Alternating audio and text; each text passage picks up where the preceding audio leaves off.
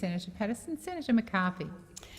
Madam Deputy President, the responses to my questions to Senator Fifield as Minister for Communication in relation to the ABC's removal of its shortwave radio services across Northern Australia and indeed the Pacific confirms what a total disaster and disgrace this decision has been. The Minister admits that consultation has been totally inadequate. To know that he now admits that that consultation has been totally inadequate, the next question is, what are you going to do about it? The removal of shortwave to the people of the remote regions of Northern Australia is a life and death issue. It matters. It matters to the people on the ground, in our communities, in our cattle stations, along the coastlines, to our fishing community, to the truckies who travel those roads, those most remote regions. If ever there was a case that showed the huge city-country divide on decisions, this one certainly takes the gold medal win. In terms of the radio shortwave and listening to the responses by the Minister, he says that the ABC made this decision and that it's no way related to funding, that it has a base funding confirmed for the next 3 years. However, in my discussions with the Managing Director, Michelle Guthrie of the ABC, along with our Shadow Communications, Mark Dreyfus, Michelle Guthrie said that it was related to funding. And as a result of contractual relationships in discussions with Broadcast Australia, this was a decision the ABC had to make.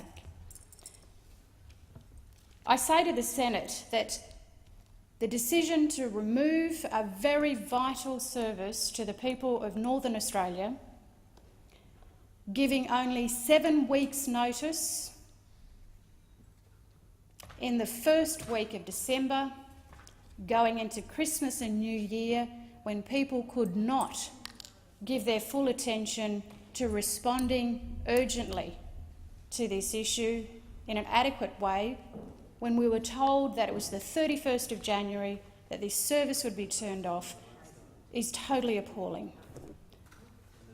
And to have the Minister for Communications confirm that that consultation, which the ABC says it took, is not adequate, means that there must be movement now to look into this, to reinstate the service to the people of Northern Australia and to all those in the Pacific who rely on this very critical service.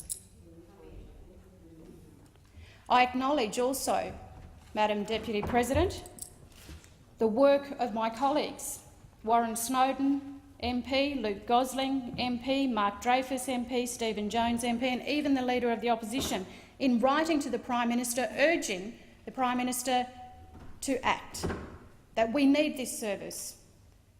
We're not there yet.